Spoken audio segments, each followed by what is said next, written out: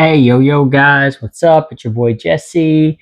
Just going to do a quick video today because we have updates now on the new Pope.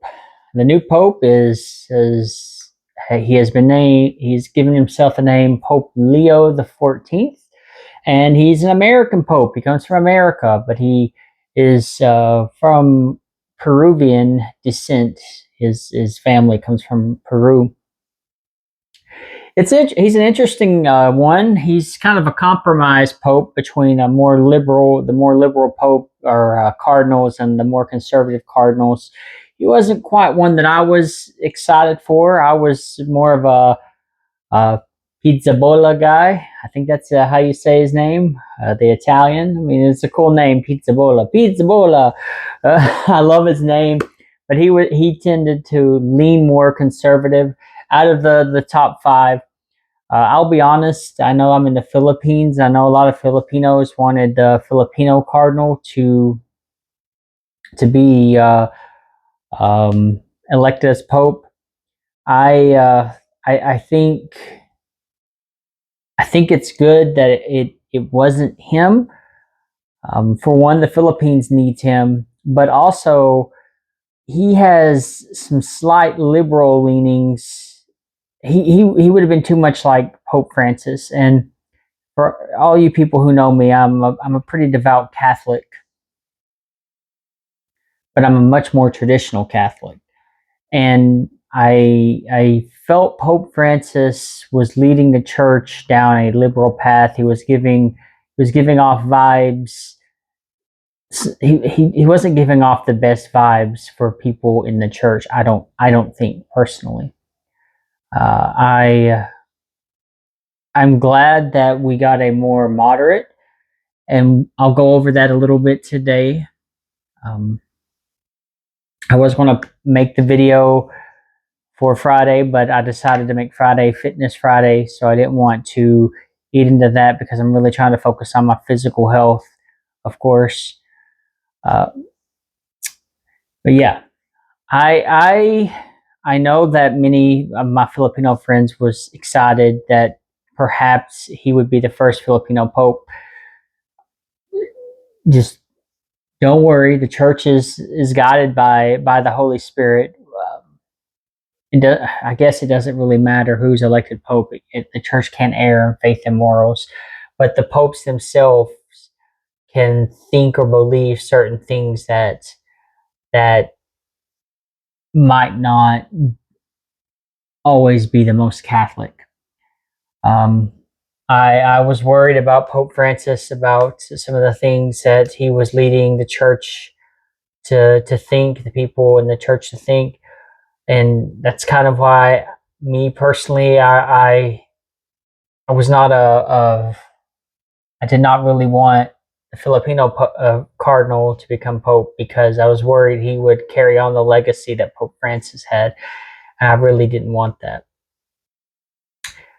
This new cardinal from the USA, he has some ideas that people would consider left leaning, but he's also has some ideas that are typically very conservative. For sure, he will not teach, nor does he believe that there are more than two genders.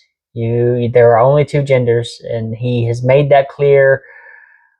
As a bishop, as a cardinal, he has made that clear. We don't know a whole lot about what he thinks because he really hasn't come out and said it to the public. But the few things that we do know about, um, he tends to be uh, promising signs, but some signs that some more very conservative Catholics would be worried about. There are some ideas, of him and his views on immigration. He was a pastor, and he also did missionary work in Peru. I I personally don't find many of the Pope's statements on immigration that bad. I feel like they come from a pastoral care point of view. They don't always take in the political stuff. I know that President Trump um, congratulated him for being the first American Pope, and that it was an honor. I think that some of the ideas on taking in immigrants and trying to take care of people is a good thing. Uh, but I also believe that you have to be very careful with that. You have to go through things legally. You can't just be letting in everybody, because there are some people who are bad people that should not be allowed to be let in. So there is that, and I think he kind of has some ideas on that the thing that I disagree with, that I think I've read up on him, was he has had some left leaning ideas on gun ownership. I think I read that he had some ideas about stricter gun laws. I I, uh, I don't like that. That's just the American in me, the hardcore Southern American in me coming out, and the fact that I was in the military as well. I don't like strict gun laws. I worry that could lead to bad things in the government, when it's only the government that has guns. But be that as it may, he's made it clear that there are only two genders. He's made it clear that women will not be part of the priesthood. Which, if he if that happens in the Catholic Church, I would leave the Catholic Church. I would go to the Orthodox Church, because if that happens, that's a doctrine that has been taught, and doctrines can't be changed. Doctrines remain the same throughout all history, and if that happens, then that tells me that either there's an antipope. But even if there is an antipope, they can't teach officially. As Catholics, we believe the Holy Spirit protects the church, and the antipope cannot teach official things that would lead the faithful to believe something that Christ would not approve of, as far as doctrines go. There are customs and stuff like priest celibacy in the West. That's not a doctrine, that's a custom, that's a practice. uh, that can be changed. But doctrines, which are things that are binding on the church to believe through the Holy Spirit, those can't be changed. And women becoming priest is a not becoming priest is a doctrine. And if something happens and that changes in the church, then I know that the church is not the true church, because the true church, as a Catholic, we believe, could never fall away because of the Holy Spirit. So that would just leave me with the Orthodox, unless I believe that the church did fall away at a certain point in time. Then I would probably end up becoming a Mormon. Of the three Christian faiths, I guess some would consider Mormons not Christian, but those are the only three that I find that would make any kind of sense whatsoever. So we have that. Sorry, I went off on a tangent there. We have that going on. Uh, a very promising sign is that he did choose his papal name as Leo XIV, which I think he did that to give a nod to Leo XIII. Leo XIII is one of my top 5 favorite popes. I love Leo XIII. He talked about universal health care. He talked about being against or not universal. He did talk about healthcare, universal healthcare, but not in the way that we do it now. I think he also talked about fair wages, and it should be based on people's circumstances. Really, I think it was Pope Leo XIII that taught that, like, if a woman has a kid, she's working the same job as a 16-year-old who is just there just for extra money or whatever. The woman with a kid should be on a scale. A woman with a child should make a little more than the kid who's just there just for extra money. I think he talked about that. I liked Pope Leo XIII. He was very anti-socialist, very anti-Catholic, um, or anti-Catholic, anti-communist.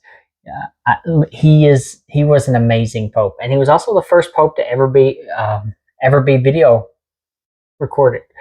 We have old video of him blessing blessing people.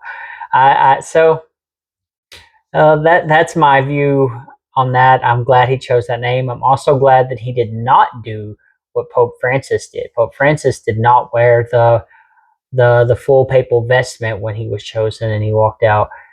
Um, he did that. He said because of humility. I think it was the exact opposite. I think it was pride. He wanted the world to look at him and be like, "Oh wow, he's different, this and that." I'm glad that that changed this time. It is a very humble thing for the new pope to wear that when he steps out and says, "I am submitting my will, my being, my spirit to the church and to God. It's no longer me. It is Christ within me, the Holy Spirit within me, who has given me this position." That is a lot more humble than not wearing it and having this facade that you're a humble person. I don't know. I as you can tell, I didn't like Pope Francis that much, even though he chose his name as one of my favorite saints, Saint Francis of Assisi. As some of you all may know, if you watch some of my videos, how much I love animals, dogs and cats especially. Um, or Saint Francis of Assisi was the, or is the saint of animals. So I love Saint Francis of Assisi. I was not happy that he chose such a beautiful saint to be his name. I didn't like him very much. But I have high hopes for that. I have high hopes for the fact that he wore that as well, and I have high hopes that he gave some of his speech in Latin, which is the traditional church language. It's the language that the church used um, for the longest time, all the way up until Vatican II, and they used that during masses and stuff. There's still traditional Latin masses. I love the traditional Latin mass. Um, I had both of my babies baptized in a traditional Latin mass. I think they're beautiful. I can fall asleep listening to the chants at nighttime, and there's just something special about them that I really, really love. And so I think that's a positive sign. I think he is trying to actually bridge the division. He's trying to stop the division within the church, because if we remain divided like this, the church is just going to dwindle and dwindle. We need to come together and put aside our political leanings and focus on what needs to be done, which is the mission work of Christ that he gave to us as his body, his children, to go out and preach the gospel everywhere. And as Saint Francis of Assisi said, or supposedly said, when necessary, use words. So what that basically means is that you go out into the world and you preach the gospel by doing good, helping others, and if, when necessary, use words. Then you preach through action, and then you use your words to talk to people about why you're a Christian or whatever. But there you go, guys. That's kind of my take on it. I'm a little worried, but at the same time, I'm a little excited because the name, the vestments, and the fact that he used Latin is a very promising sign. If anything, at least to bridge together the divide that is happening in the church. Let me know what you guys think in the comment section below. Hit that like and subscribe button, guys. It really helps me out a lot. Know that you all are valuable and that you matter. God bless.